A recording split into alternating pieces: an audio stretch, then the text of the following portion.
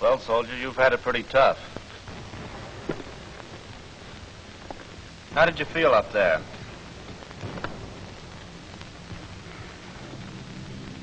I don't know. All mixed up in my head. I just sort of lost control. You say you've never been like this before? Never before. Smoke? Bill Brown's anxiety reaction is fairly severe and is characterized by tremor and manifestations of panic.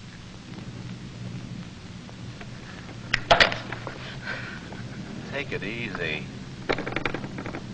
You're all right. You don't have to worry now. You're safe here. You get something to make you sleep tonight.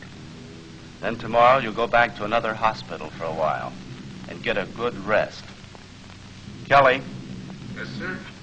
Bill Brown has had it tough, but with time and care, his basically sound personality will reassert itself.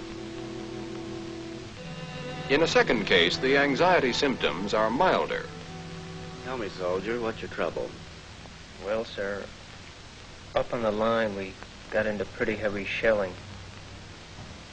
A couple of my men were killed. And another shell came in, broke my rifle. Picked me up and threw me off a ways. Yes. Go ahead. I guess I ran. Must have. I got 150 yards ahead of the company. Then what happened? When I came to, the lieutenant was shaking me.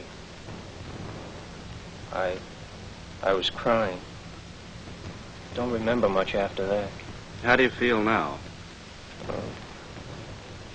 Shaky inside now. What do you mean? I can't exactly explain it. Feel it more inside than I do outside. A kind of boiling feeling. How long have you been in combat? 9 months now, sir. Have you been wounded? Once. How did you feel after you were wounded? Before I was wounded, I wasn't jumpy. After that, I was very jumpy. Guess I haven't got it anymore. The way I used to. You've had a common experience. Nothing to worry about. Your nerves are on edge. You're frightened. We'll see that you get a chance to clean up, get some hot chow, and rest. Here, reassurance is essential. The patient must understand that his case is not unusual and that it is nothing to be ashamed of. He's told that he will recover soon and completely. That's all. Thank you, sir. In the division area, the patient rests and relaxes under the supervision of experienced medical personnel. Here, sleep and plentiful regular meals exercise their beneficial effect. Relaxation and a return to normal social relationships promote a general sense of well-being. After a few days, the patient is interviewed again. Let's see. You've been here 3 days now. How do you feel? Pretty good. I've calmed down a little bit. Feel a little bit better. I had a fairly good sleep last night. Have any medicine to make you sleep? No, sir. Slept well without it? Yes, sir. How do you feel about going back to your unit again? Think you could do a job? Well, sir, I think I can. Good. You'll be ready for that in 4 or 5 days. I'm sending you to our retraining unit. You'll get some marches, exercise, and work out with your equipment. Sound okay? Yes, sir. What you've had was like a safety valve, a way of letting off steam. Everybody has it. Anything else? No, sir.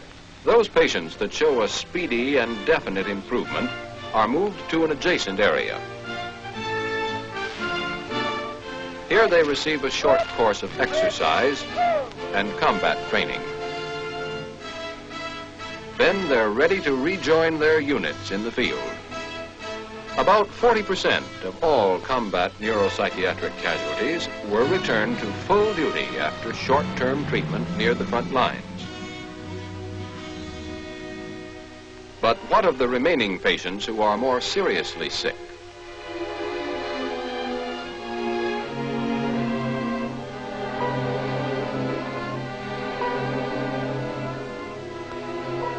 The further disposition of these cases is decided by the examining psychiatrist.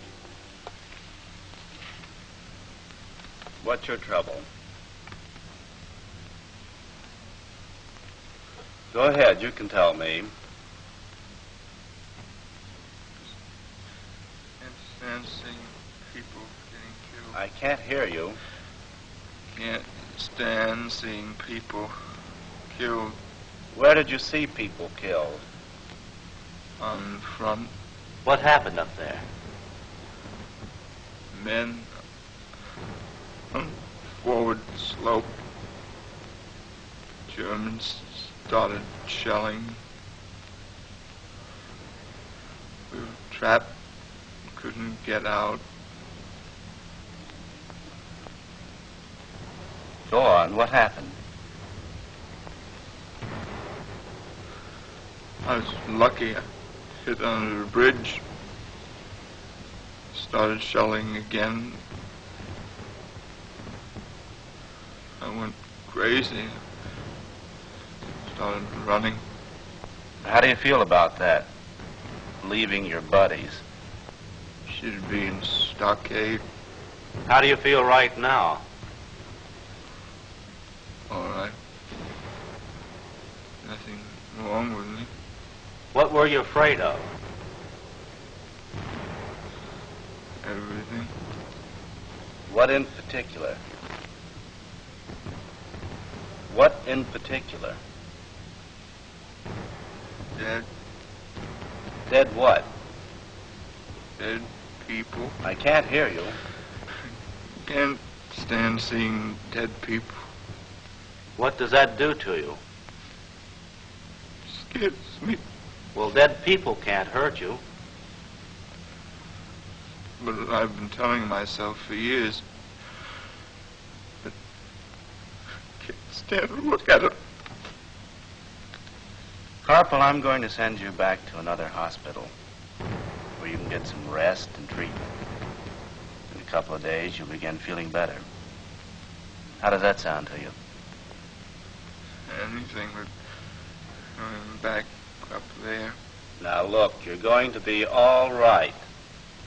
When you get back In to the addition other to hospital. severe anxiety, the patient is deeply depressed. His speech and reactions are retarded, and he has a characteristic feeling of guilt. He will require more extensive observation and treatment in a psychiatric installation farther behind the fighting front. Often, a seasoned soldier reaches the breaking point after many months of duty. What happened? Well, I've been going quite a long time without any trouble. But now the shelling gets me. How long have you been in the Army? 34 months. How much combat? I went through Africa, Baltuno, Anzio, up to there. Ever lose any combat time? No, sir. You've had about 320 days then. Yes, sir. How long have you been a staff sergeant? Think about 4 months. Have you done a good job at it? Yes, sir. Until now. I'm no good now. What do you think's wrong with you now? Sir, I feel I've gone about as far as I can go.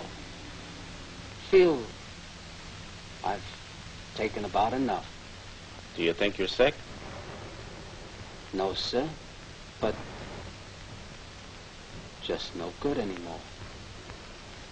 Can't stand shelling. Last time up there, broke down. What do you mean, broke down? Didn't know which way to turn. Ever had this trouble before?